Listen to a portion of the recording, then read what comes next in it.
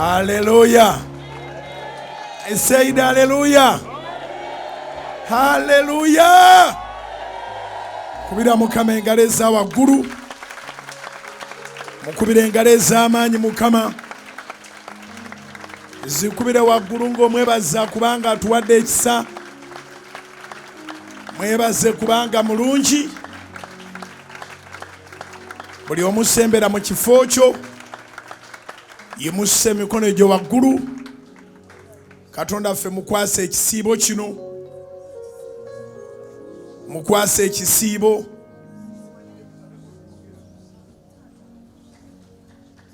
Mukwase ekisiibo kyo mukama. Mukwase ekisiibo kyo kya nnaku 14 akukolera ebyekisa. Saba mukama akukolera ebyekisa. Yatusuubiza nti omwaka gugenda kuggwako ng'agutisse engule ey'obulungi bwe ate n'obugimu. Saba Katonda obugimu obwo, saba Katonda obulungi bwe bukuviireyo mu linnya lya Mukama waffe Yesu. Sika omukisa okuva mu nsonda zonna. Sika omukisa okuva buli nsonda. Sika omukisa okuva buli nsonda oleme kumuyisingako wadde. Sika omukisa okuva buli nsonda oleme kumuyisingako wadde. Sika ku ssente kubanga ozeetaaga mu sizoni eno. Ssente zisike. Amafuta ga ssente gasike. Amafuta g'amagoba mu byokola gasike. Byokola bizaala amagoba. Ali mu ofiisi toola omukisa gwa ofiisi. Ali mu ofiisi toola omukisa gwa ofiisi. Ali mu bizinesi toola omukisa gwa bizinesi. Ali mu bizinesi toola omukisa gwa bizinesi. Ali mu bizinesi toola omukisa gwa bizinesi. Wabeerewo obujulizi buli kyokola kiraba omukisa. Bw'okeera ku makya tokeerera bwereere naye okeerera buwanguzi. Buli lunaku mukama alukuwemu obuwanguzi. Buli lunaku mukama alukuwemu obuwanguzi. Buli lunaku mukama alukuwemu obuwanguzi. Buli lunaku mukama alukuwemu obujulizi. Yimussa emikono egyo waggulu. Sabira Yerusaalemi, sabira Isirayiri. Sabira Yerusaalemi, sabira Isirayiri awangule. Sabira Yerusaalemi, sabira Isirayiri awangule. Sabira Yerusaalemi, sabira Isirayiri awangule. Sabira Abayudaaya bonna balabe obulungi bwa Mukama. Balabe ekisa kya Katonda. Balabe omukono gwa Mukama. Yimussa emikono egyo waggulu. Sindika omukisa eri abantu baffe abali mu mawanga. Sindika omukisa eri abantu baffe abali mu diaspora. Sindika omukisa eri abantu baffe abali mu mawanga. Abali mawanga ga Buwarabu balabe omukisa mu sizoni eno mu kisiibo kino. Abali mawanga ga Buwarabu balabe omukisa mu kisiibo kino mu sizoni eno. Abali mawanga ga Europe ga Bulaaya gonna balabe omukisa mu kisiibo kino mu sizoni eno. Abali mawanga ga Europe balabe omukisa abali mu Bulaaya bonna sizoni eno n'ekisiibo kino be batambulire bulungi. Abali e South Korea, abali mu Asia, abali mu Australia balabe omukisa mu kisiibo kino era mu sizoni eno. Abali mu Australia, abali mu Asia, abali mu South Korea balabe omukisa mu kisiibo kino era mu sizoni eno. Mu linnya lya Mukama waffe Yesu obujulizi bubeere bunene. Obujulizi bubeere bw'amaanyi. Mukama yeerage, Mukama yeegulumize. Ekisa kya Katonda kyeyongere. Abali mu USA, abali e Canada balabe obulungi bwa Mukama mu kisiibo kino mu sizoni eno. Abali e Canada, abali mu USA balabe omukisa gwa Mukama. Abali mu Latin America balabe ekirungi kuva eri Katonda. Abali e South Africa Mukama abakola obulungi obutali butono. Abali e South Africa betusaba nabo betusiiba nabo. Katonda abakozesa eby'amaanyi mu linnya erya Yesu. Abali mu Eastern Central, abali ku bugazi bw'ensi eno Mukama abakole bulungi. Musse emikono egyo waggulu. Saasaanya omukisa mu bitundu bya Uganda byonna. Saasaanya omukisa mu bitundu by'eggwanga byonna. Wano mu Central, mu Eastern Uganda, mu Northern Uganda, mu Western Uganda. Omukisa mu basuubuzi, omukisa mu ba civil servants, omukisa mu balimi n'abalunzi abali mu Central, abali mu Eastern Uganda, abali mu Northern Uganda, abali mu Western Uganda. Omukisa gusaasaanye wonna. Nabo bwe baveeyo nga baweereddwa omukisa bwe bajja mu bizinensi yo, nawe bakuwa omukisa. Yimusa emikono egyo waggulu. Kubira Mukama engalo ez'amaanyi olw'ekirabo eky'obulamu. Kubira Mukama engalo ez'amaanyi olw'ekirabo eky'obulamu. Kubira Mukama engalo ez'amaanyi olw'ekirabo eky'obulamu. Ezikubire Mukama zivuge nnyo olw'ekirabo eky'obulamu. Era sabiramu essaala yo ng'okuba engalo ezo, essaala ey'omukisa ogugira ku kirabo ky'obulamu. Saba essaala ey'omukisa ogugira ku kirabo ky'obulamu. Saba essaala ey'omukisa ogugira ku kirabo ky'obulamu. Saba essaala ey'omukisa ogugira ku kirabo ky'obulamu. Saba essaala ey'omukisa ku makya mutuntu akawungeezi n'ekiro. Akuyira omukisa Mukama ku makya mutuntu akawungeezi n'ekiro. Akuyira omukisa Mukama ku makya mutuntu akawungeezi n'ekiro. Akuyira omukisa Mukama ku makya mutuntu akawungeezi n'ekiro. Akuyira omukisa Mukama ku makya mutuntu akawungeezi n'ekiro. Akuwa omukisa mu linnya lya Yesu. Abadde atudde yimuka ku bigere ebyo, tusabe essaala ya Mukama waffe. Yimuka ku bigere tusabe essaala ya Mukama waffe. Essaala ya Mukama waffe. Kitaffe ali mu ggulu, erinnya lyo litukuzibwe, obwakabaka bwo bujje, by'oyagala bikolebwe mu nsi nga babikolebwa mu ggulu. Otuwe leero emmere yaffe eya leero, otusonyiwe ebibi byaffe nga naffe bwe tusonyiwa abatukola obubi. Tolutwala mu kukemebwa, naye otulokole mu bubi. Kubanga obwakabaka n'obuyinza n'ekitiibwa bibyo emirembe n'emirembe. Amina, amina, amina, amina, amina, amina, amina, amina. Mukubire engalo ez'amaanyi omulungi Yesu. Oyo afaayo tuula nga boogenda otula mu kyamagero kyo. Twebaza Katonda olwa wiiki ate gy'atuyingizaamu. Atujja mu wiiki n'atuyingiza mu wiiki awatali kutujjako wadde ekikumi. Mukubire engalo ez'amaanyi. Tetwandisobodde kusasula n'akamu n'akatono, tetwandisobodde. Erinnya lya Mukama lyebazibwe. Yeebazibwe atatusolooza. Neweekanga ng'olina abaana ewaka, olina baganda bo, olina omwami, olina omukyala, olina abazadde nga bonna balamu nga tewali kyemusasula. Mukubire engalo ez'amaanyi Mukama. Ekisibo kyaffe kitandikidde mu Jjiya mu linnya lya Mukama ffe Yesu. Era kigenda kukubalira ebibala Katonda nga bw'ali omulamu. Ekisibo kyaffe kigenda kubeera mu night prayers 2. Emu eriwo ku Lwokutaano luno nga lumu. Night prayer ey'okubiri ejja kubeerawo nga 8. Night prayer zino tosaana kumiisingamu n'emu kubanga ze zimaliriza omwaka. Tusibye ebisibo bingi. Kati kino kyekisibo eky'e12. Omwaka tegujja kuba na myezi 13, gujja kuba na 12. Olwekyo kikulu nnyo okulwana okulabikanga ekisembayo kino okiri mu makkati. Kikulu nnyo. Lwana nga bw'osobola ekisibo ekisembayo okibeere mu makkati. Olw'omukaaga tugenda kubatiza. Tuludde nga tutwala akaseera ng'abantu baatula obulokozi, abantu nga balokoka, abantu nga beenenya, abantu nga bazza bujja obulamu. Bwe weenenya n'ozza bujja obulamu, oba n'ova mu mikono gy'omulimba n'olaba nga kati ku soloti oba mu house of prayer ng'olabiramu omukisa era ng'olaba Katonda, oddamu n'obatizibwa.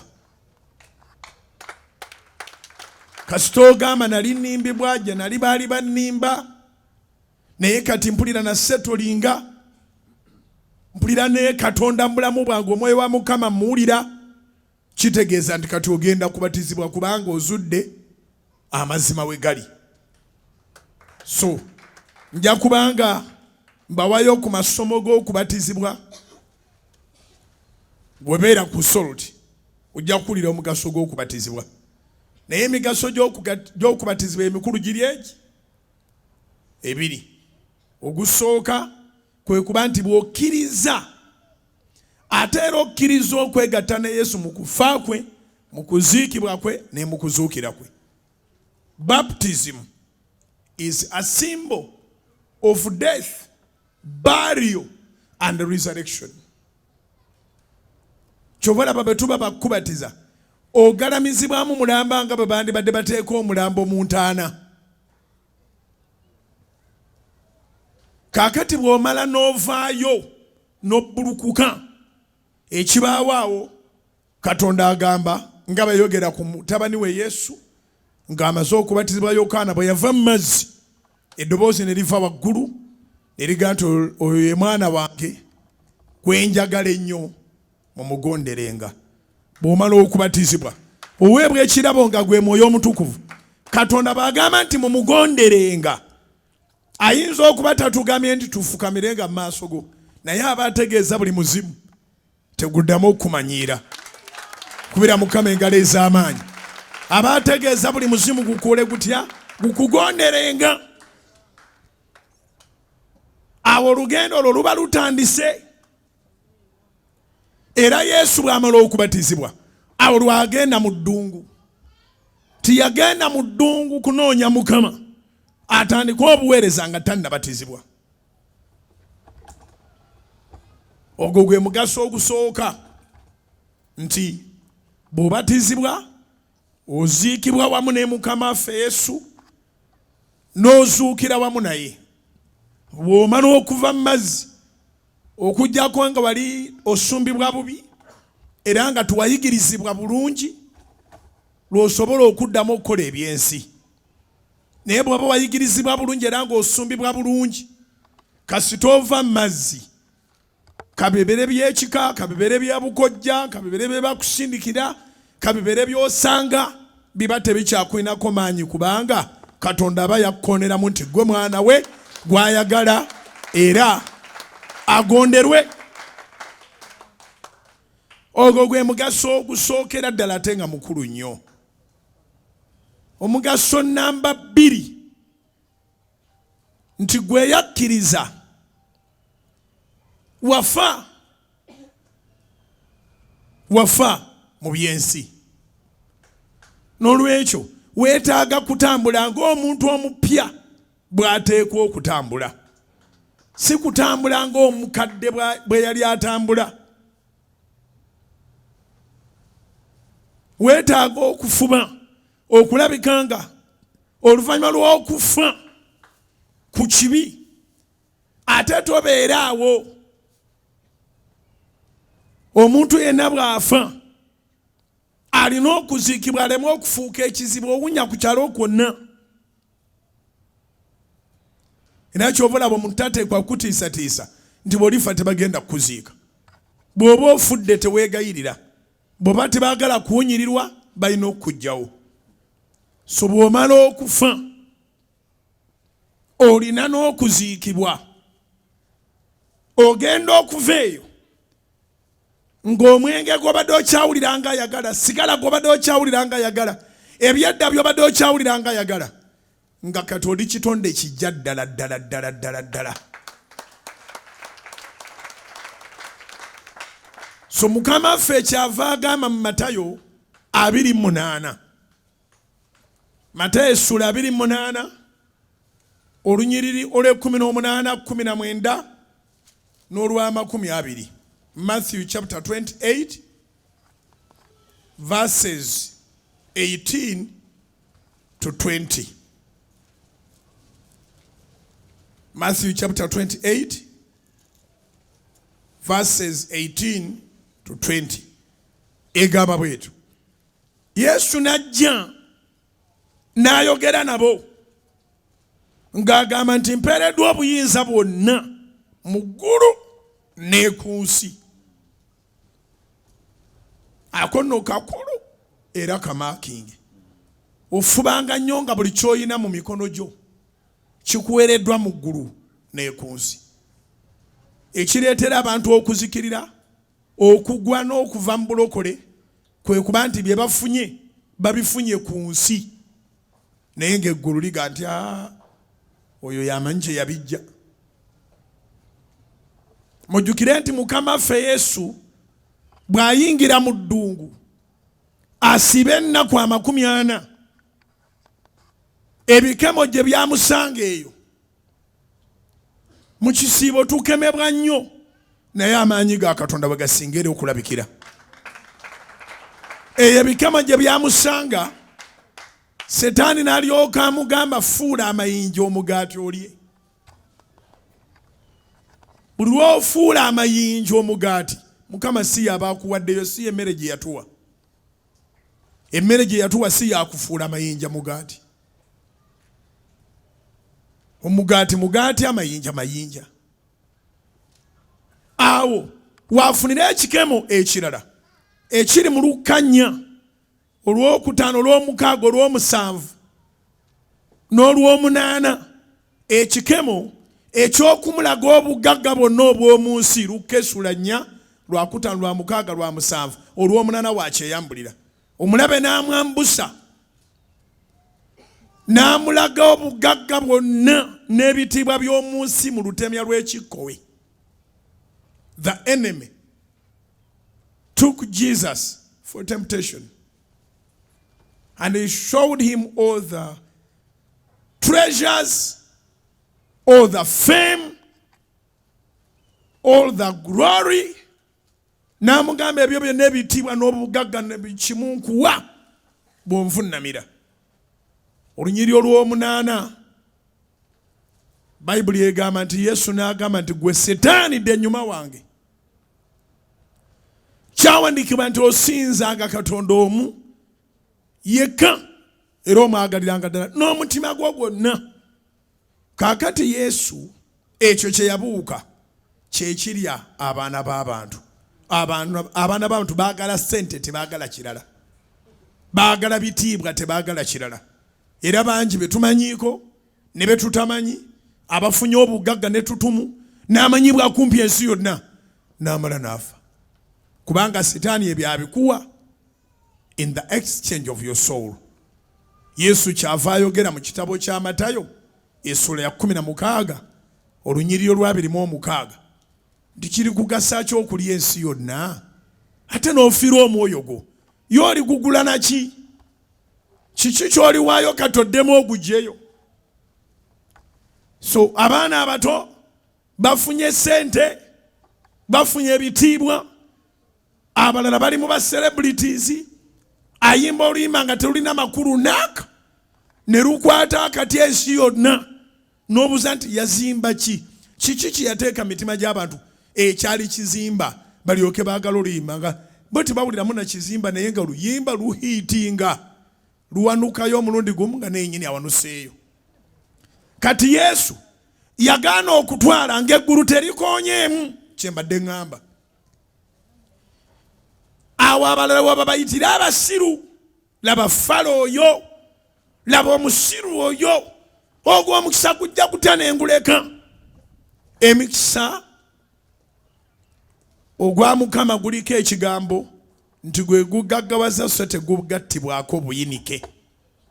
Engero 10 olunyiriri lwa 22. Omukisa gwa Mukama gwe gugaggawaza so tagattako wamu nagwo buyinike. Guno omukisa gw'okuba nti by'olina Mukama tabimanyiiko. Si mukisa, buyinike.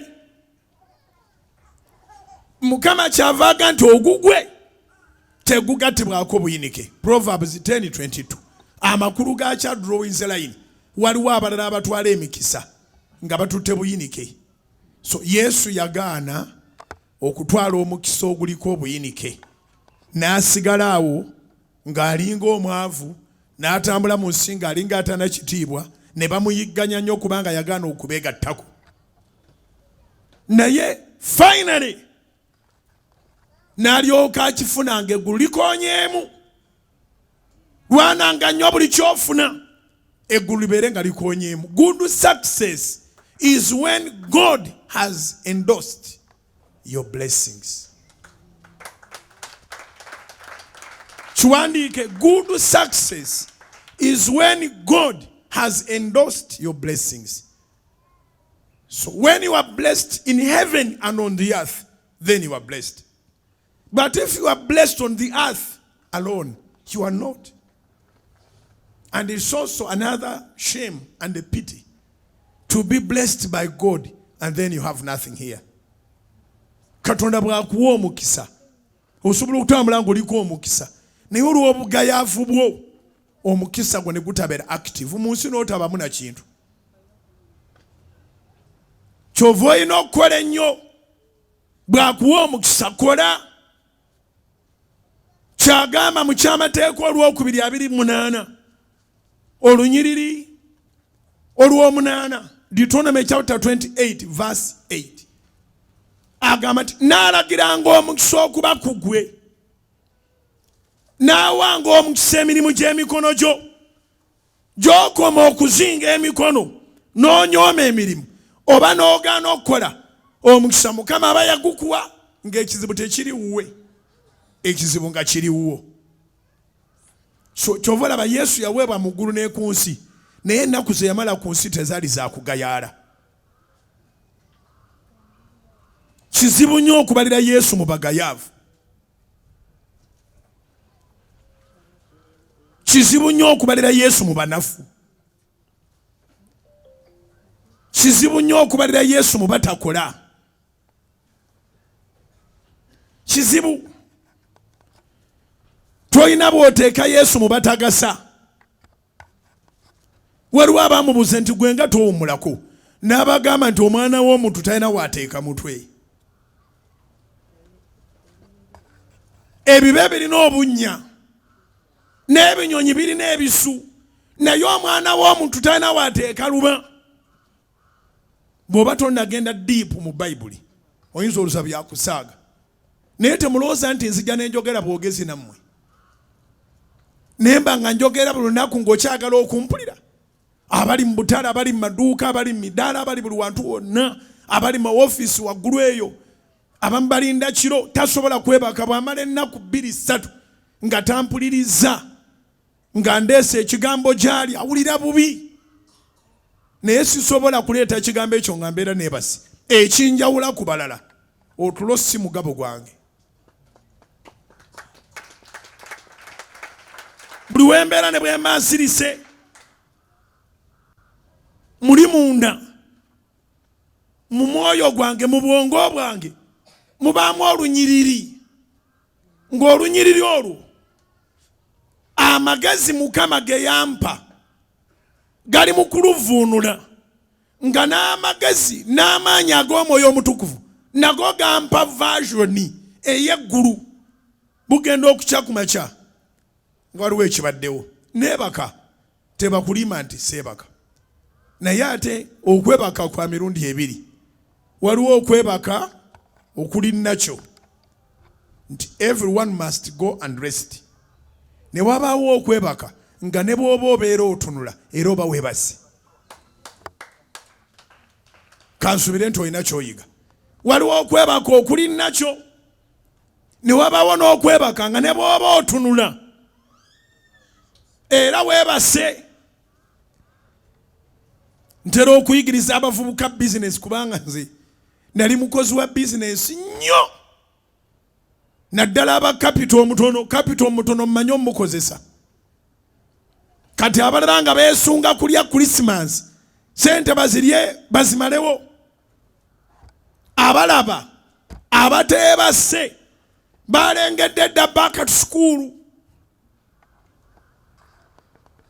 Wanji sente kati ziva mu nsenene zigenda kudda mu Christmas decors, Christmas carols. Abantu bagenda kutunda kadi, bagenda kutunda biki, njogera kuba capital omutono ate n'aba capital omunene era be babitikka. Omugezi kati otikka bintu nga byonna bikwatagana na Christmas.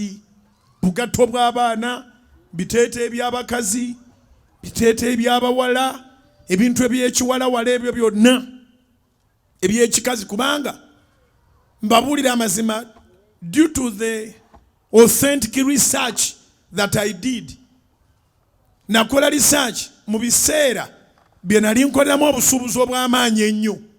Christmas abasajja si baguzi ba ngoye. Era abasajja tebitukwata nako, tuba tuli ku bintu birala. Naye abakazi ne mu kyalo bano okunoba.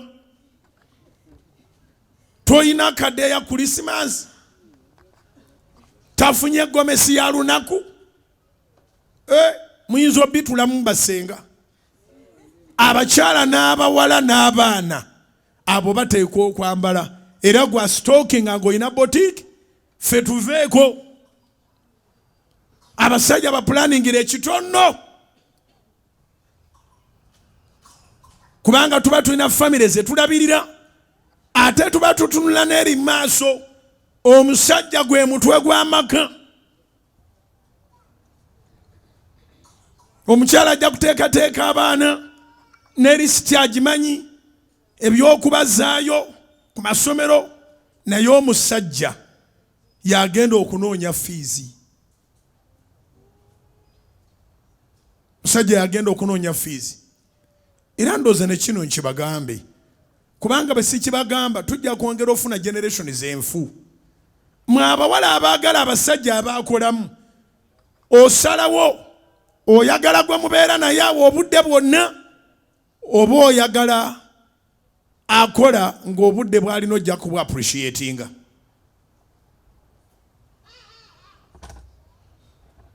Nkulesa osiriko owuliremu, kubanga abamulooza nti laavu kubeeraawo, n'abeeraawo buli w'omwagalira omulabako.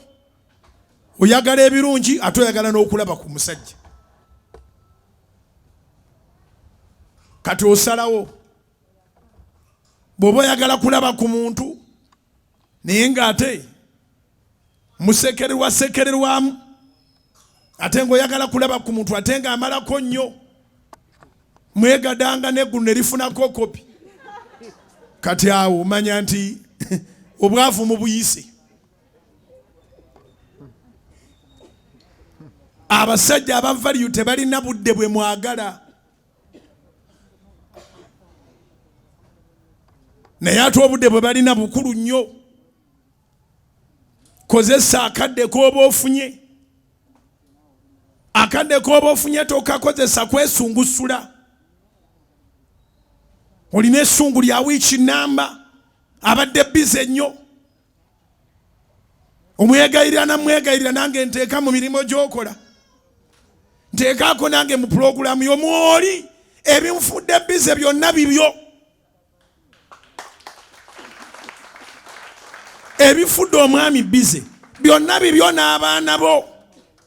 Tewali musajja mu nsi ng'akolerera kitaawe na nnyina.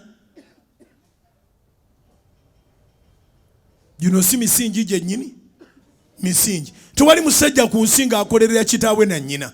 Buli musajja ku nsi akolerera mukyala we n'abaana. Lwakuba tufunyeemu abakyala abatali bagumiikiriza ng'akutta. Alina obusungu bazaakuŋŋaanya, tobeerawo, tomuwa budde, tokola ki. Kati bw'afuna akakisa bw'atakuba sasa akuwa butwa. Naye ng'era obadde okola bibye. Wangi mukama wange. You've already put your pentagon there. Thank you so much. Mumpe ku mafuta.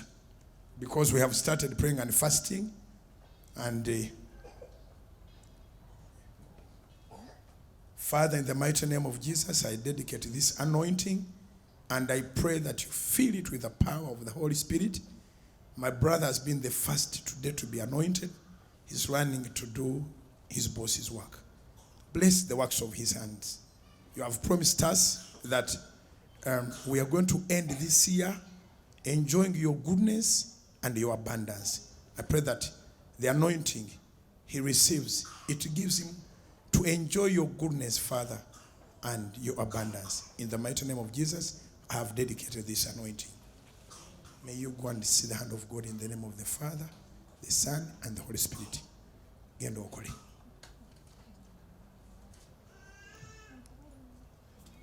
Amen. Amaze okuteekayo Pentagon we naye essaawa z'okudduka ogenda okukola zituuse. I apologize nti nange nduddemu katono okutuuka naye ennaku eziddako zonna ngenda keera only that mu ntandikwa ya wiiki mba n'emirimu mingi nnyo naye nga gyonna nteekwa gikola olw'ekisa kya Katonda. So kati gye nsookeddemu ginkuttekuttemu. So please accept my apology in Jesus' name. But I'm about to wind up. So abakyala tubasaba mbeere bagumiikiriza. Tonyiiga kutuuka ku ddala lya kutta balo. Ekyakabenye nti abanyiize okutuuka ku ddala ly'okutta abaami baabwe bakiyingizaamu n'abaana. Obutemu bungi kati obuli ku rekodi ng'abaana beegatta n'abakazi okutta. Abaana beegatta n'abakazi okutta. Lwaki abaana beegatta n'abakazi okutta? Kubanga abaana bano weebali obudde bwonna. Buli lwogiraba oti ng'obalabako ng'obagamba olaba kitammwe yatusuula wano. Bali mu masomero ga bbeeyi, obatwalira mu mmotoka, muli mu kalina, oba muli bulungiko. Bye biddusa omusajja oyo. Yeetaaga kumwagaza baana si kuba mukyaya. Ate bonna abagezezzaako okutta abaami baabwe nga beegasse n'abaana baabwe tibafunye mirembe gye babadde baagala. Sitaani muyaaye nnyo akulaga nti olina tekikumala. Bw'onotta omwami ojja kufuna ebikumala kati mugenda kwenjoyinga nnyo n'abaana okukakana ng'omusse bw'oba tosibiddwa kubanga musigaza ssente nnyingi musobola okugula baalooya ate emisango eno ensi kengibabuulire. Teri ku justice eri ku smartness. Do you have a smarter lawyer? Justice will be denied. Kubanga aba n'ebibuuzo bingi ebitasobola kwanukulwa. Okukakana ng'eyatta afulumye. Naye ne bw'oba ovudde mu kkomera omusango ne bw'oba oguvuddemu ogw'okumutima toguvuddeemu. Ogw'okumutima toguvuddeemu oli guilty. Okuyingiranga mu nnyumba eyagizimba wamutta. Abaana wabaleetera ekikolimo bonna bakkaanya nawe nti taata talina mugaso naye nga mwenna muli ba value kubanga omusajja oyo teyeebaka. Mwenna muli ba value kubanga oluweyewayo nga saddaaka. We are living sacrifices for our families.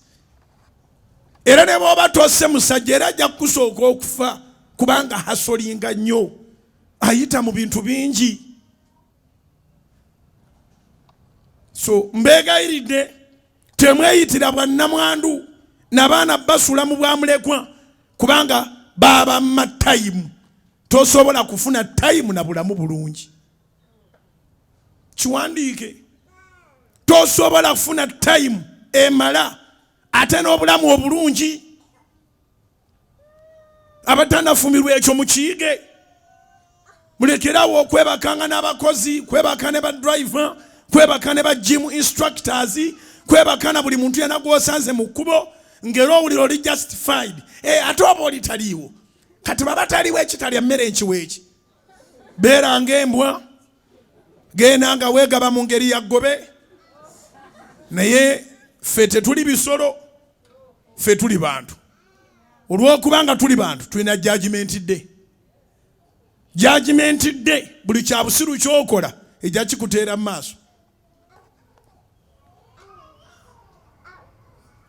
Amaka gonna g'olaba agali obulungi bali bulungi abaana bali ku international, abalala wano era amasomero ge balimu era geego, school fees, poloti na nyumba.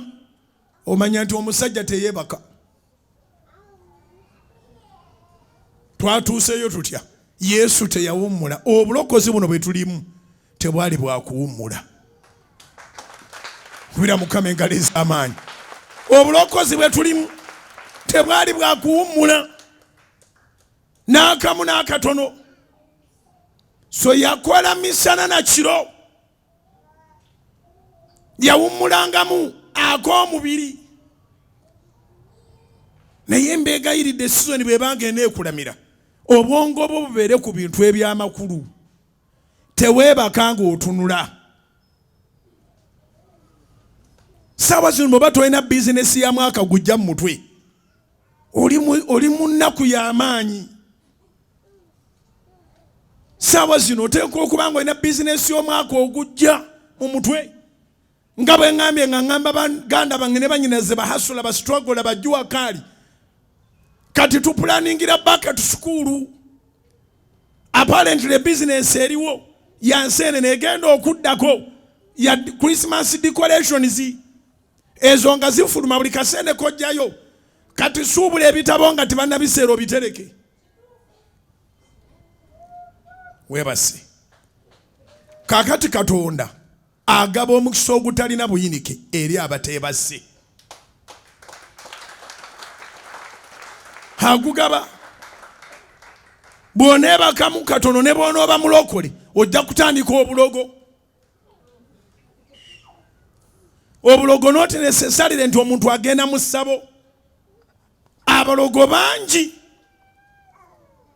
Ekibafuula abalogo mitima. Kiwandiike. Abalogo bangi ekibafuula abalogo mitima. Wadde tonnagenda mu ssabo, as long as gw'olinaaniganye naye omulinako omutima omubi oli mulogo.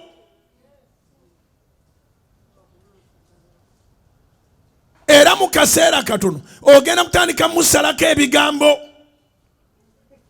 Bw'aba mukazi munno nga yakusingako ogenda kugamba nti yeetunda, n'obuuza nti gwe waddiba ndiba ki? Naawe weetunda ovuga emmotoka gy'omugambirako nti yeetunda. Ba losers balina false excuses. Kiwandiike. Ba losers balina false excuses. Weak excuses. Buli gw'osingako afunayo ekintu. Bw'ozimba ennyumba nga nnene nnyo, waayi ezo ssente za banka. Obudde bwonna banka egenda kujja etwala ebintu ebyo. Gwe lwaki tebakuwola? Olina ennyindo mbi? Lwaki gwe tebakuwola? So tuddayo wali. Mukama waffe n'alyoka agamba abayigirizwa. Matayo 28:18-18. Yesu najja n'ayogera nabo. N'agamba nti mpeereddwa obuyinza bwonna mu ggulu ne ku nsi. Lwe lunyiri lwe mbadde nkyannyonnyola. Fubanga nnyo oleme kubanga ofunye ku nsi naye ng'okimanyi nti Katonda by'olina tabiriimu. Get the authority from heaven and on the earth. Yesu yagaana ebintu ebiri authorized by the earth nga heaven tebiriimu. Yabigaana. Yagamba Sitaani nti sigaza ebitiibwa byo n'ettutumu lyo n'obugagga n'obwakabaka bwo busigazi. Naye nze ku ky'okusinza n'asinzanga Katonda wange. Era kyawandiikibwa nti omusinzanga yekka togattako. Mwebale nnyo abamusinza yekka. Kubira Mukama engalo eza waggulu. Obanga gw'osinza yekka nga toli mutwagala ssente tetwagala kirala, zikubire waggulu. Mukama agenda kuwa ssente. Mukama agenda kuwa ssente. Totwalanga ssente z'otasobola kunnyonnyolera. Ng'ekiro Mukama bw'ajja n'akubuza nti zino zaavuddewa. Otandika folofoto. Mukama naawe olaba talina kyalaba. Mukama naawe olaba alaba kimu kyokka, ono ogumiikiriza. Ngenda kuba anointinga. Wiiki eno yonna yakwa anointinga.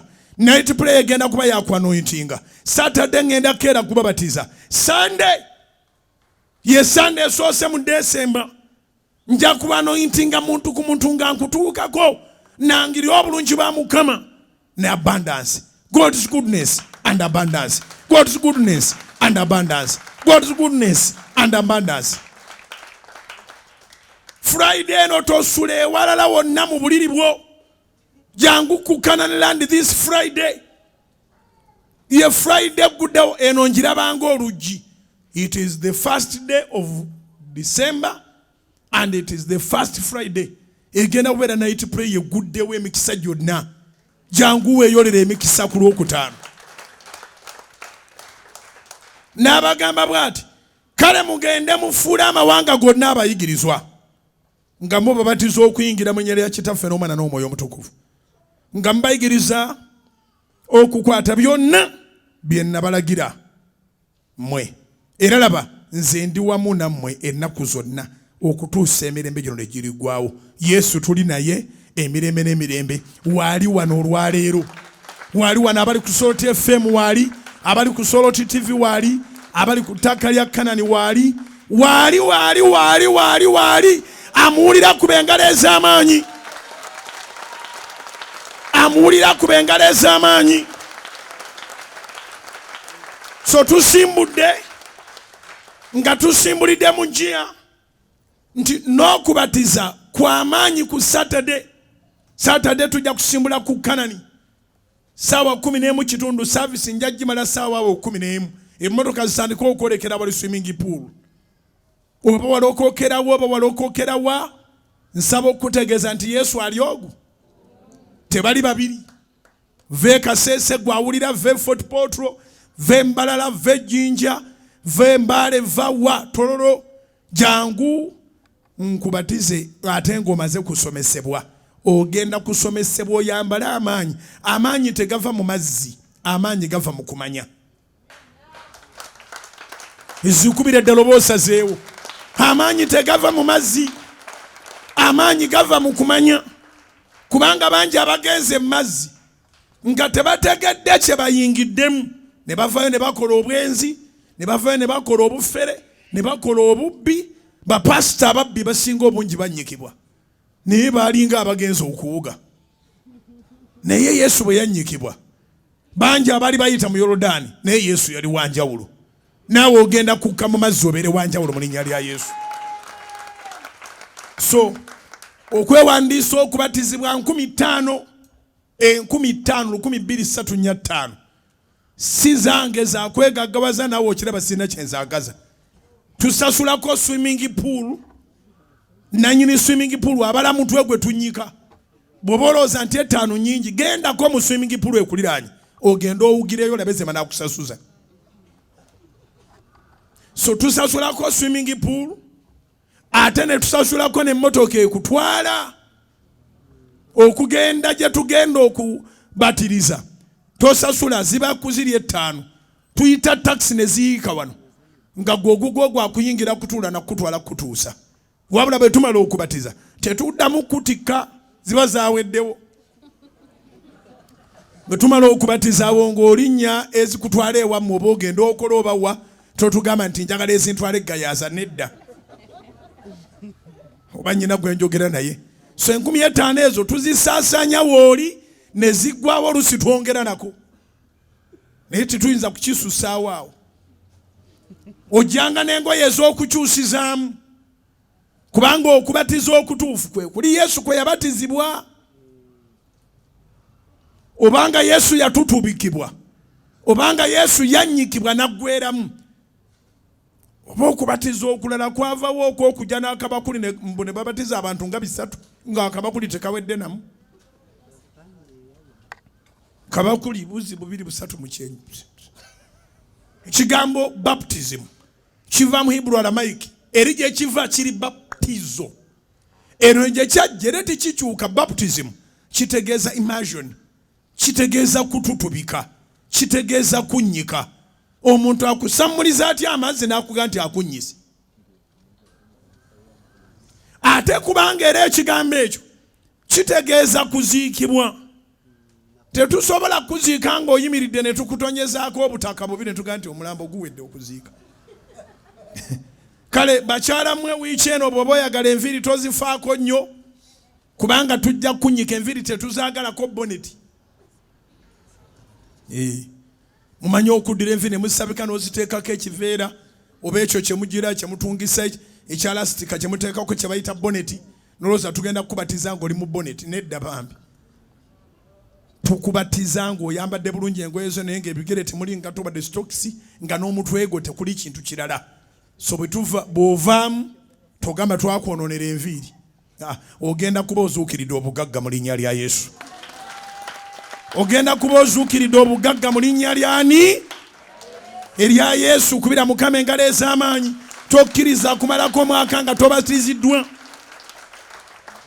Wakkiriza Mukama waffe Yesu n'olokoka, ke kaseera ove mu ddiiro oba ke kaseera ove mu luggya oyingire mu Kitaffe n'Omwana n'Omwoyo Omutukuvu. Kubanga Mukama waffe bwe yagamba bw'ati, Matayo 28:19, kale mugende mufuule amawanga gonna abayigirizwa nga mubabatiza okuyingira mu linnya lya Kitaffe n'Omwana n'Omwoyo Omutukuvu. Kyova olaba amaze okubatizibwa ng'ategeera bulungi kyagenzeemu.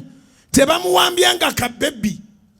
Abantu ekibajjuziza amabaala ne bajjula ne clubs ng'ate bagamba babatizibwa. Babawamba buwambi. Bakola endagaano nga tebategeera. Ne balyoka babuuza sitaani omweganye n'ebikolwa byo byeganye nga gobabuuza n'ekigambo sitaani tamanyi kye kitegeeza. Kane wabaawo omutamiivu ayimiridde emabega we n'aga nti ye byeganye nga yagusuze namu. Kati oyo nno bamuyita Godfather. Tebasasula fees, tebabuulirira, tebalina mugaso mu nsi. Wangi ba Godfather eyakukolera endagaano, mayina takola ndagaano. Kiwandiike, mayina takola ndagaano, ne mu nsi takola ndagaano, ne mu bwakabaka bwa Katonda mayina takola ndagaano. Omuntu amaze okubonyezebwa Setaani amanyi obubi bwa Setaani n'engeri Setaani gy'atulugunyamu abantu, yasobola okuga nti Setaani mweganye. Okwegaana Setaani tewali abikwogerera. Kakyova olaba nti kubanga bangi baboogerera bwogerezi kati bajjudde amakomera. Setaani tebaali na lutalo naye, byonna by'ayagala okukola baabimukolera. Setaani bw'ayagala okukola ebintu bye atuma bantu, naddala bavubuka. Kati mvubuka gwa mpuliriza, wali weeganyeeko Setaani oba bakuga nti waliwo yakwogerera era yeegundi neighbor wamwe awo Ponsi yano yabikwegaanira. Bakubulira bulizi gwe oyo maama wo n'oyo muyise bulungi, oyo maama wo Mankulaata yakweyimirira. Ekisinga okuluma nti bw'oli boogenda mu Geyeena, ono yali agamba nti akwegaanidde Setaani bw'aba yalokoka akulengerera mu Geyeena kubanga Setaani tebamwegaanira. Obutuukirivu tebabukolera mulala n'ekibi tebakikolera mulala. Obutuukirivu bw'omutuukirivu buba ku ye, n'obubi bw'omubi nabwo bubeera ku ye. Ne mu bulamu obwa bulijjo eyeekatankira wala gye yatamiira. Amagezi gazze, kubira Mukama engalo ez'amaanyi obanga amagezi gazze. Ne mu bulamu obwa bulijjo okobe ne muganda wo nga mutamiivu nnyo tolifuna nkovu ku lulwe. Kobe ne mwami wo gw'osuulira ddala naye tolifuna nkovu ku lulwe kubanga yanywedde nnyo n'olwekyo guwagudde. Okitegedde omwenge nagwo gutegeera gukwata agunywa. So jangu okole endagaano oginyweze. Abamu okulwawo okubatizibwa kibaleetera okubackslidinga. Okimanyi nti bw'osoma n'otomaliriza oba tewasoma. Wadde wava wansi eno n'ogenda ku university, omwaka ogusembayo waliyo mu class, lectures zonna bazatendinga naye kubanga tiwamaliza bibuuzo tiwasoma. Ero eyakoma wansi akulira sente zo zabwerere ng'omulaga nti gwasomera omusingako n'asibawo ababasalirawo bagannedda muleete empapula kasita mutuuka kuleeta empapula talina transcript nawe tolina kati wasomawa kandi n'olwekyo bw'oyingira mu bulokozi obanga ayingidde university maliriza malako jangu obatizibwe baliwo abeetegese okubatizibwa wanika emikono eyetegese okubatizibwa tugenda babatiza oweebwa omukisa mu ggulu n'eku nsi mu linnya lya Mukama Yesu mu ddakiika 2-3 kanjogere ku lunyiriri lwe twayingiriddemu ekisiibo Mukama lwe yampa Zaburi 65:11 oteeka engule ku mwaka bwe bulungi bwo n'amakubo go gatonyesa obugimu y'Oluzungu egambye etya lusoma olunyiriri oteeka engule ku mwaka Psalms 65:11 egambye bweti Psalms 65:11 You crown the year with your goodness and your path drip with abundance. Oteeka engule ku mwaka bwe bulungi bwo n'amakubo go gatonyesa obugimu. Tambulira mu makubo ga Katonda mangu nnyo. Obugimu butandika okubanga bukuyiikira buyiikizi. Amakubo ga Katonda geegaliwa kwe kujeemulukukira Mukama n'odduka sitaani. Awo oba otandise. Kasita okyawe ekibi otandise okutambulira mu kkubo lya Katonda. Abakyawe ekibi mukubira engalo waggulu. Oyo gw'olaba takuba akyayagala ekibi zikubire waggulu.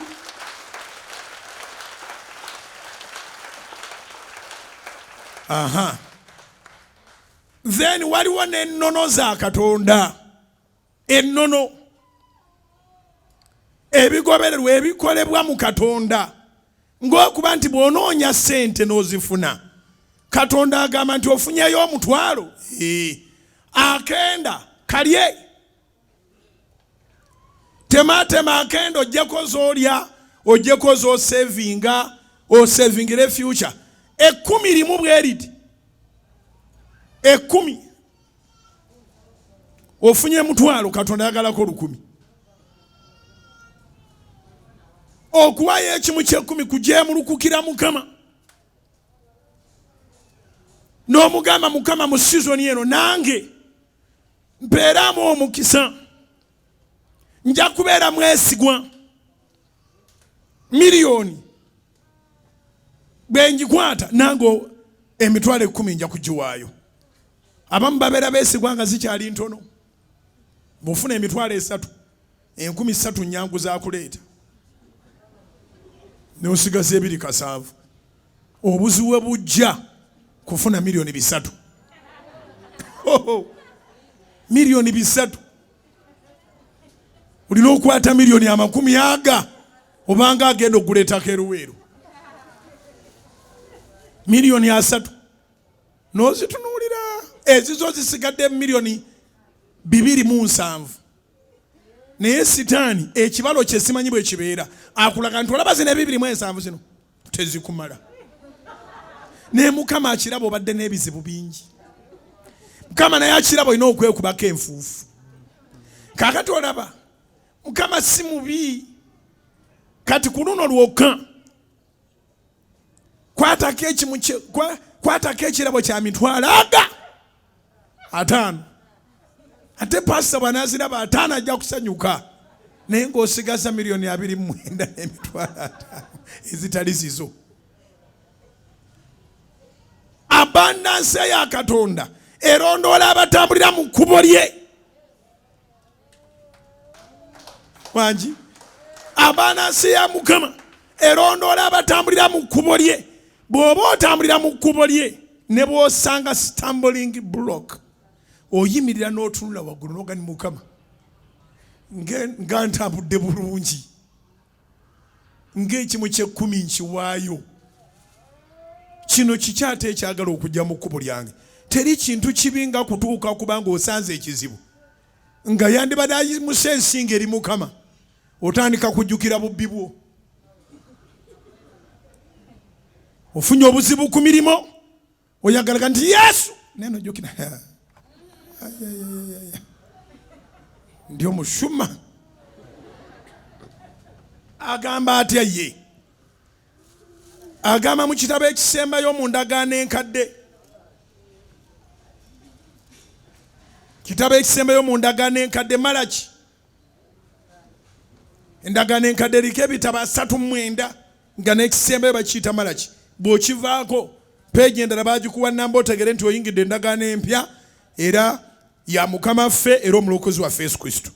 Naye endagaano enkadde ng'eggwako bwe Katonda bw'ati bw'agamba Malaki 3:8 paka ku 12 omuntu alinyaga Katonda, omuntu alinyaga Katonda, awo omuntu asobola okwanguwa okwanukula Mukama ntya ate atukuuma bamubba batya. Naye Katonda n'amanya nti mugenda kulizoninga n'ababuulira.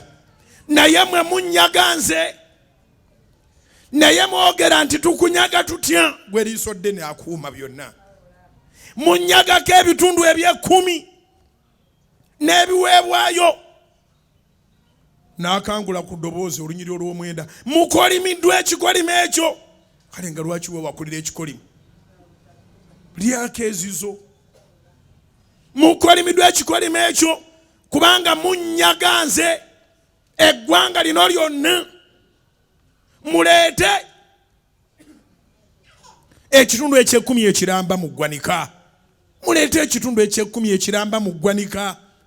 Ennyumba yange ebeeremu emmere.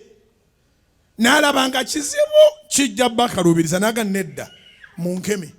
Katonda yakkiriza abaana b'abantu okumukema with their finances. Era munkeme nakyo kimuwenga omukema. Era munkeme nakyo bw'ayogera Mukama w'eggye.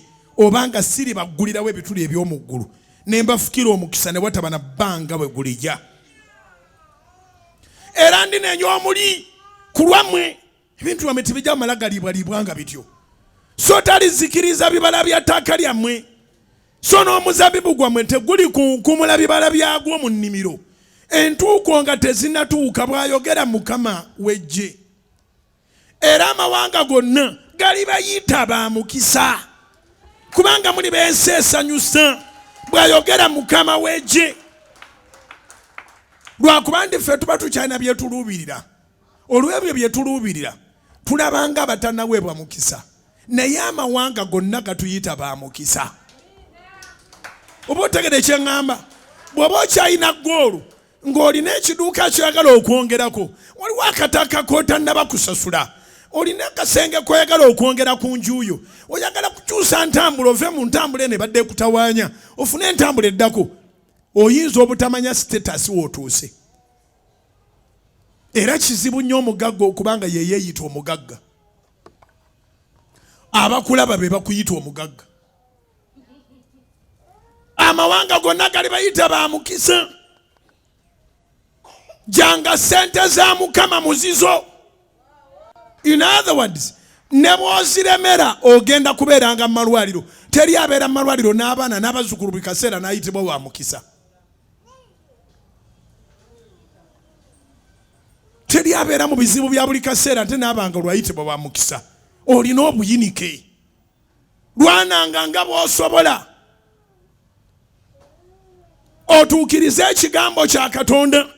Agambye nti omwaka gwo agenda kutikka engule bwe bulungi bwe n'obugimu, his goodness and his abundance.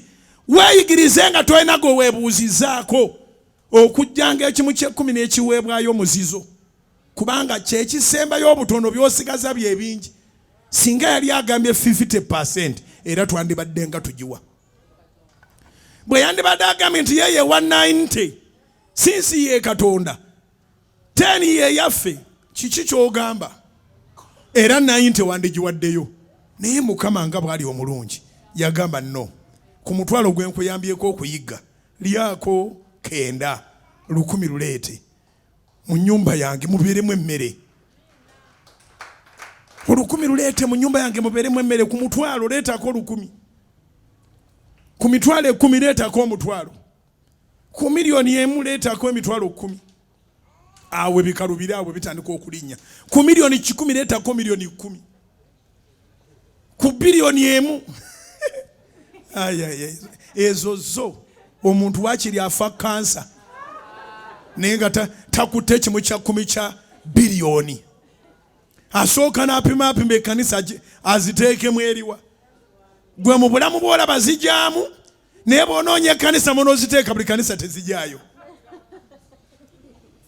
Oluusi mujja mu makanisa ne babakubira engalo ng'okutte miliyoni 5 omulundi gumu n'oziwaayo. Naye nga oli mu ntiisa Mukama abadde akumanja miliyoni 2 bya kimu kya 10. 200 millions.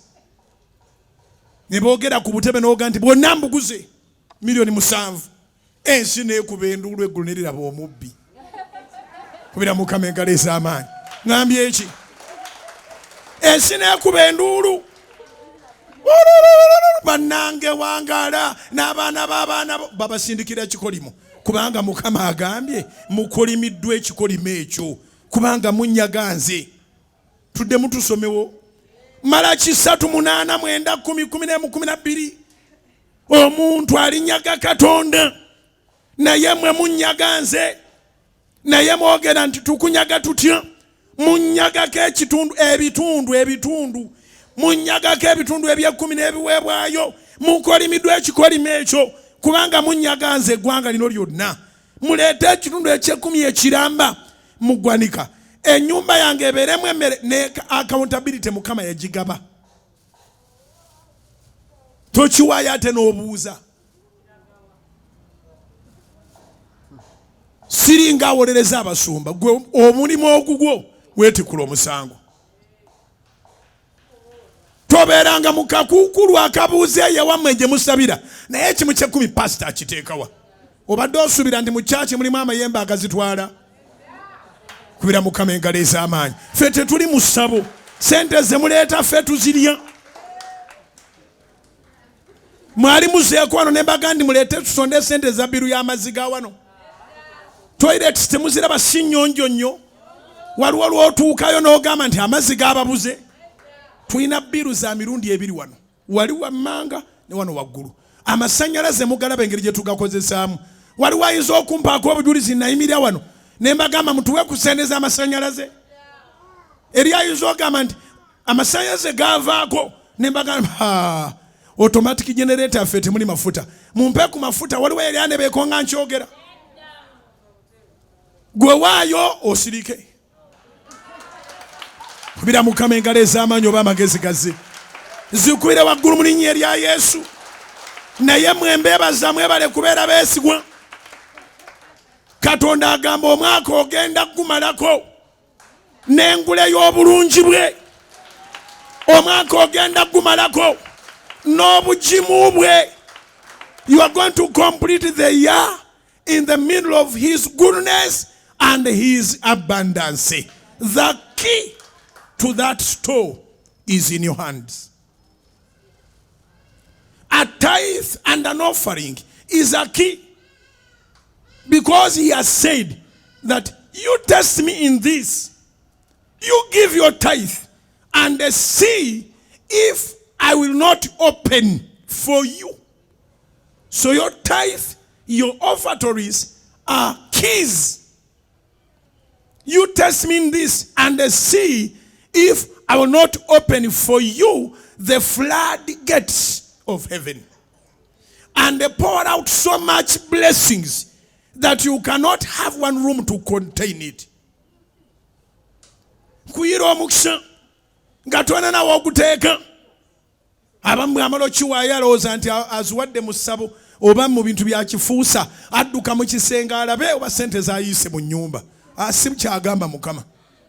Ngambira neba nti God is not a magician, but he does miracles. Akola ebyamagero. Weesige Mukama. Weesige Mukama akolenga ku bulamu bwo. Weesige Mukama ojja kwewuunya ng'omalako omwaka nga tomanyi bye balwala ojja kwewunya ng'omalako omwaka nga tewali akufera. Kye nazuula kye kino, sente za Mukama ezo ze yagamba nti abazimuddako banyazi tezibbika. Waakiri ozigaba mu malwaliro, waakiri bakufera, okola loosinga nnene nnyo. Kwega bw'ogenda okompeyalinga asasudde tithe n'afuna obukuumi bwa Katonda, asingira wala nnyo. Alowooza nti bino bya ddiini y'Abazungu, alowooza nti bino bya kugaggawaza basumba. Obasingira wala nnyo kubanga ne bwe bakufera ate ebbanja lisigalawo. Wangi kasita bakufera oba tosasudde kimu kya 10 kye badde bakubanja, kasita okola loosi era tithe oba togisasudde ebbanja lisigalawo.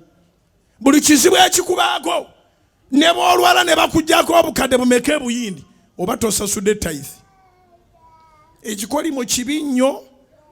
Kwegayiridde yawulanga ssente za Mukama muzizo, bakuyite musiru ab'ewaka, omwami wakuyite musiru oba mukyala wakuyite musiru. Abantu munnange bavumirira nnyo abawa ekimu kye10 ne tebavumirira abatamiira. Wangi kizibu okusanga nga abantu bagamba olimba osinywa nnyo, onywa nnyo, olimba naawe omwenge ogugula nnyo. Naye bagambe nti akakadde kano okalaba nga tutte mu kyaki kimu kya 10. Buli muntu agamba what? Even you? Tell me, are you brainwashed? Even you? Ne bagamba zino tugenda zimeketa. Buli omu agamba yes, our man oba our woman. Mukuzirya tewali akukayanya. Kye balwanagana nakyo kamaliriza enjiri ya leero. Buli kintu ekitalimu magoba kirina abawagizi bangi. Buli ekirimu amagoba oyinza okisigalako ne Katonda wo. Batono nnyo abawagira ebirimu amagoba. Kizibu okusanga abantu nga bawana eyeekuuma mu dduuka, ku stage ya boda, mu katale nga baga nti oyo ne bw'oba okomba kwerima talina byagaba. Kizibu okusanga nga bamuwaana, naye abantu babeera bawagaawaga. Abalala babakyusiza n'amannya, ojja ku stage ng'olina amannya go ne batuuka ekiseera nga bakuyita mpiso teyeesigamu, ofumita buli kiramu, teweesigamika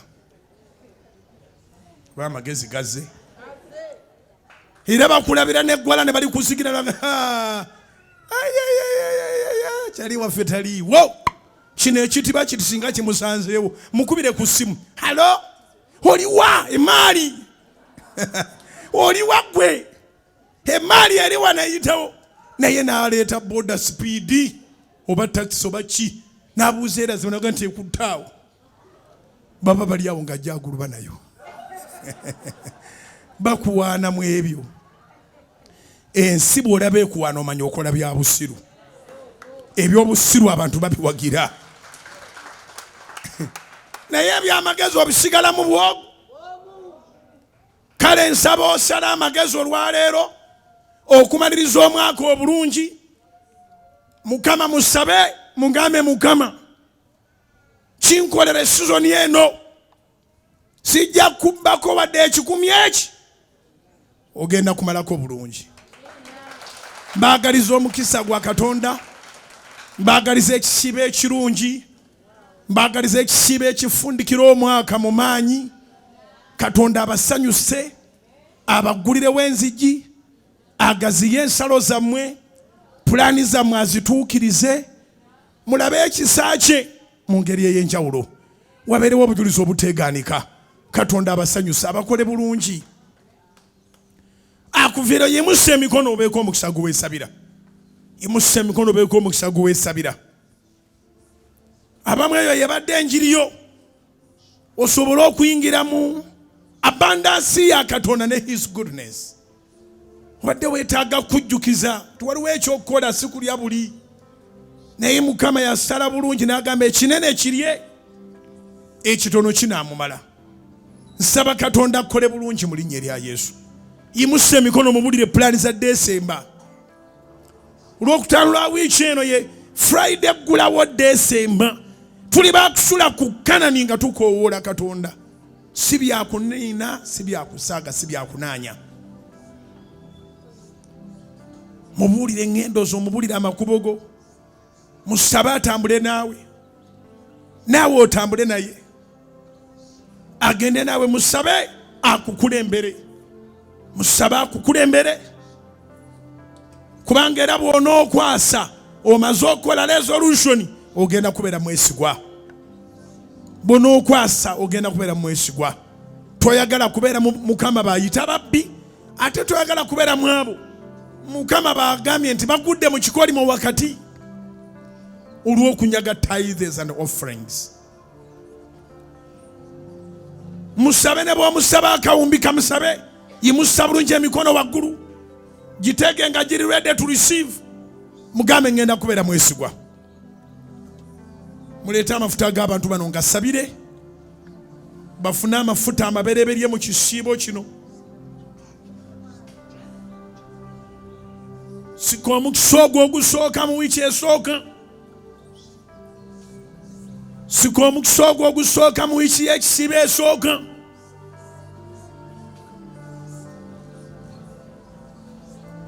Sika omukisa ogwo ogusooka. Sika omukisa ogwo gy'ogenda musaba kukulembere. Ogenda mu interview, ogenda kujjayo bizinesi, oyina bizinesi gy'oyagala okusayininga. Sika omukisa. Sika ekisa n'amafuta n'amaanyi ag'Omwoyo Omutukuvu. Sika ekisa n'amafuta n'amaanyi ag'Omwoyo Omutukuvu. Sika ekisa n'amafuta n'amaanyi ag'Omwoyo Omutukuvu. Akusobozese Mukama. Akusobozese mu maanyi Katonda waffe. Akusobozese b'obanja bakusasule. B'obanja bonna bakusasule. Otyo b'obanja bonna bakusasule. B'obanja bonna bakusasule. B'obanja bonna bakusasule. Ate n'empya zijje, n'empya zijje, n'empya zijje. Emitego gy'Omukama agiteekeko omukono gwe. Ng'okedde ogenda mu muyigo, emitego gy'Omukama agiteekeko omukono gwe. Ng'okedde ogenda mu muyigo, emitego gy'Omukama girabise omukisa. Abalina zi saloons, abalina zi boutique, abalina zi restaurants, abalina cosmetics, abatunda ebyokulya, abatunda ebikala, abatunda ebibisi, abalina hardware, abali mu spare, abatunda emmotoka, abatunda engoye, abaleeta emmere mu kyalo, ab'omu butale, abatunda ebikalu n'ebibisi. Katonda abakole bulungi. Amaduuka agali mu bibuga wakati n'agali ebbalibbali w'ebibuga, yonna gy'oteegera Mukama abiyingiremu. Yonna gy'opulaningira Mukama abiyingiremu. Akukola obulungi obutali butono. Wabeerewo obujulizi obuteegaanika. Yeerage nga ye Mukama. Yimusa emikono gy'Omukama mugambe ennyamba z'amaanyi mu kisiibo kino nga teri muloga neesimbamu. Nyamba z'amaanyi mu kisiibo kino nga teri wattima neekiikamu n'asobola. Nyamba z'amaanyi mu kisiibo kino nga tuwali mutemwa neekiikamu. Nyamba z'amaanyi. Nyamba z'amaanyi. Ng'oyimusiza emikono egyo musaba akuyamba okulaba ebirooto byo nga biri mu reality. Musaba akuyamba okulaba ebirooto byo nga biri mu reality. Musaba akuyamba okulaba ebirooto byo nga bituukiridde. Musabe Mukama akuyamba olabe ebirooto byo nga bituukiridde. Musaba akuyambe Mukama olabe ebirooto byo nga bituukiridde. Sika amafuta agatuukiriza ebirooto. Kyekisiibo ekiggalawo omwaka. ekisiibo kino kye tulimu kye kiggalawo omwaka. Sika amafuta agatuukiriza ebirooto, sika amafuta aga dola, ga pound, ga euros, g'emikwano emirungi, divine connections, abantu ab'amakulu ab'omugaso ab'amaanyi bajje gy'oli beegatte n'obulamu bwo. Wabeerewo obujulizi obuteegaanika, wabeerewo obujulizi obuteegaanika, wabeerewo obujulizi obuteegaanika. Sika obujulizi nga atabusikanga nako, sika obujulizi nga atabusikangako. Sika obujulizi nga atabusikangako. Buli abadde alina ekikyo kisike Mukama akiteekemu obwangu kijje. Abakusuubiza okusuulira mu kapito, abakusuubiza okusika ku mukono, abakusuubiza okukwatirako, Katonda abakwateko, Katonda abakwateko. Sika bakasitoma gwalina bizinesi basike, basike nga tonnagenda ku mulimu. Kyosika mu nsi ey'omwoyo kyekyanguwa okujja mu realite. Kyosika mu nsi ey'omwoyo kyekyanguwa okujja mu realite. Akukolera atasosola mawanga, akukolera atasosola mu bantu. Kitange nsaba n'abalokole n'abatale balokole nga bwe waŋŋamba mu kigambo kyo nti Bujjingo yingira ekibuga osabe n'abantu bonna abalokole n'abatale balokole. Ekisiibo kino Mukama kye tulimu, n'oyo abatasobodde kusiiba naye ng'asobodde okusaba, omukisa gwo yegatte nagwo, gwegatte naye. Sabira baganda bange ne bannyinaze Abakatoliki baganyirwe Mukama mu ssaala zino. Sabira baganda bange ne bannyinaze Abasiraamu baganyirwe mu ssaala zino Taata. Sabira baganda bange ne bannyinaze Abangilikani baganyirwe mu ssaala zino Mukama nge Taata. Sabira baganda bange ne bannyinaze Aba Seventh Day baganyirwe mu ssaala zino Mukama. Sabira baganda bange ne bannyinaze Abasodoksi baganyirwe mu ssaala zino Mukama nge Taata. Baganda bange ne bannyinaze mu Kristo Yesu abaalokoka naye nga babadde babajerega babanyooma baviireyo mu linnya lya Mukama waffe Yesu. Akukole bulungi Mukama, gw'osazeewo zikuma, sukuma essaala eyebaza ng'era bw'osaba ng'okuba engalo ezo. Sukuma essaala eyebaza era nga bw'osaba ng'okuba engalo ezo mu linnya lya Yesu. Hallelujah. I said hallelujah. I said hallelujah. Mwebala okutandika ekisibo nga muli bangi musse emikono gyo. Atalokoka nga ddamu ebigambo bino olokoke. Ate lwa mukaaga nga tusuze mu night prayer ku Lwokutaano obeere ng'olina mu kisaalo kose mu wiiki emu n'obatizibwa. Naawe abadde agamba na backslidingamu oba kaakati lwe ndabye ekituufu mbadde nabula, ddamu onyweza ebigambo by'obulokozi. Gamba nti ayi Yesu, olunaku olwaleero nzikiriza ekigambo era bingi ebikyuse mu bulamu bwange. Sazeewo okwenenya nga tewali ankaka era nga tewali ampaliriza. Kwegayiridde Mukama, sonyiwa ebyonoono byange, nfukaako amafuta, mpa ekisa, naaza n'omusaayi gwo.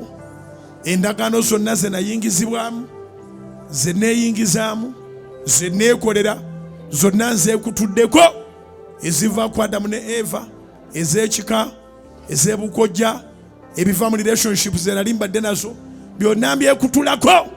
Nkola endagaano empya eya Mukama nga Yesu Kristo era omulokozi wange.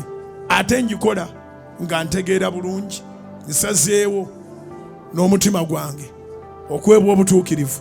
Njatula n'akamwa kange nti ndokose. Mukama wange mpa ekirabo eky'Omwoyo Omutukuvu afuge mu bulamu bwange, era sangula amannya gange gave mu bitabo bya Geyeena gayingire mu kitabo ky'obulamu obutaggwaawo. Sangula amannya gange gave mu bwavu gayingire mu bugagga. Sangula amannya gange gave mu kufa nga ndi muto gayingire mu kuwangaala.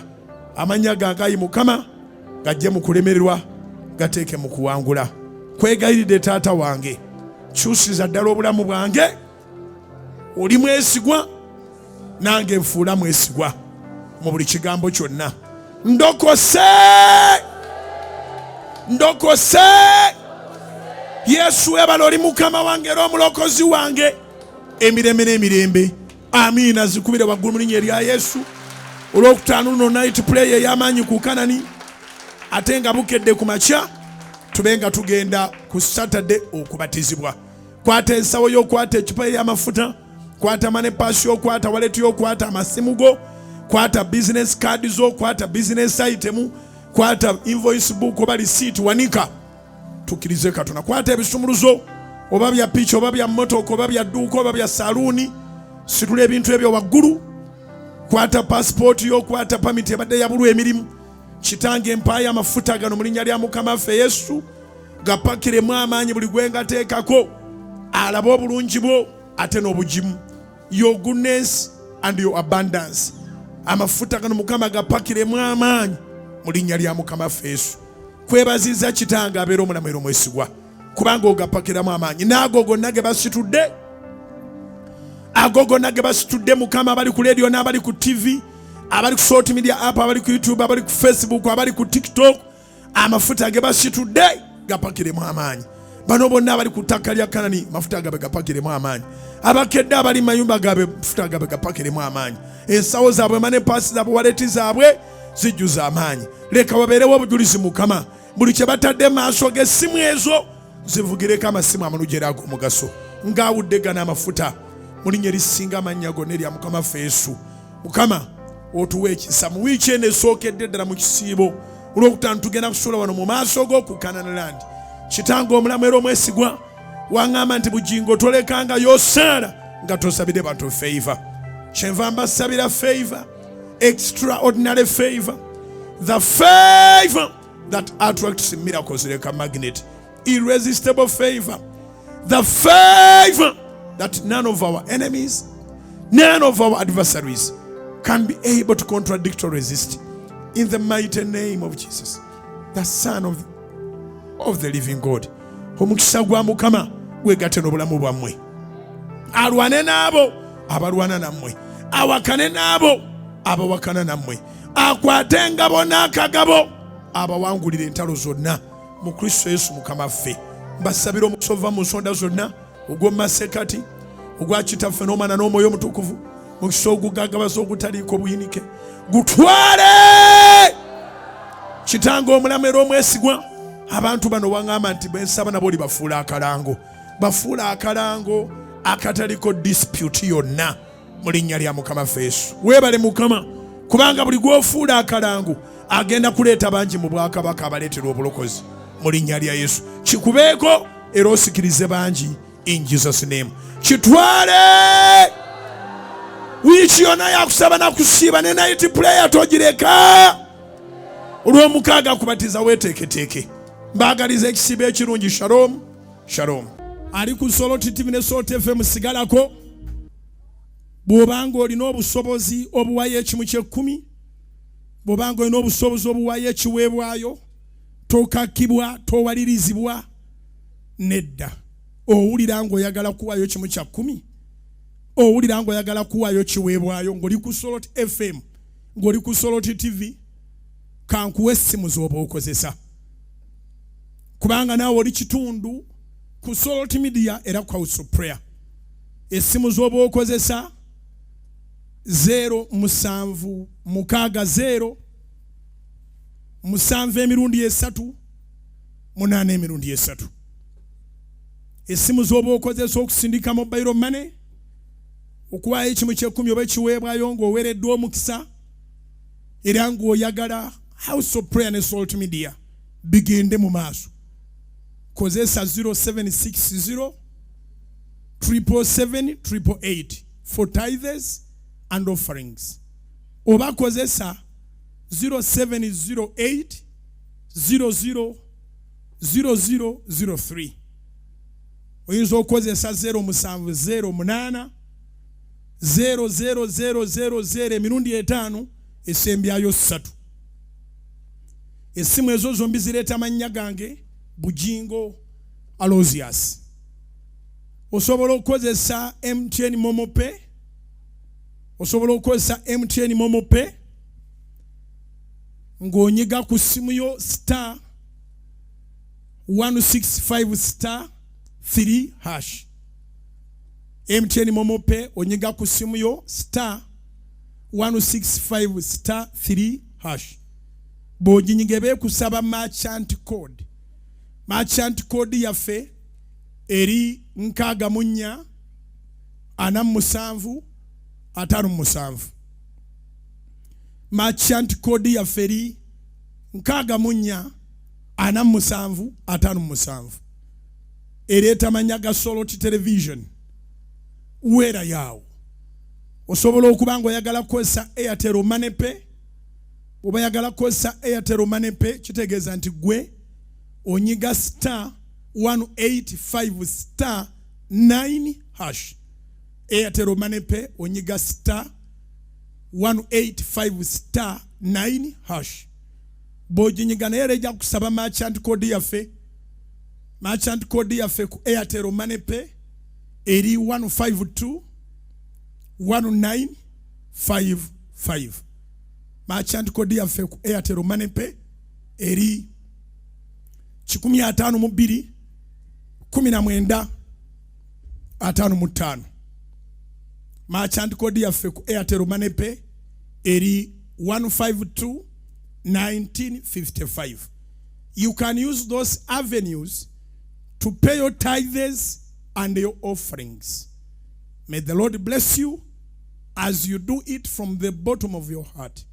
Katonda akuwa omukisa nga bw'okikola ng'okijja ku ntobo y'omutima gwo, akuwa omukisa ogukatidde ogusuukundiddwa era ogw'omuyiika.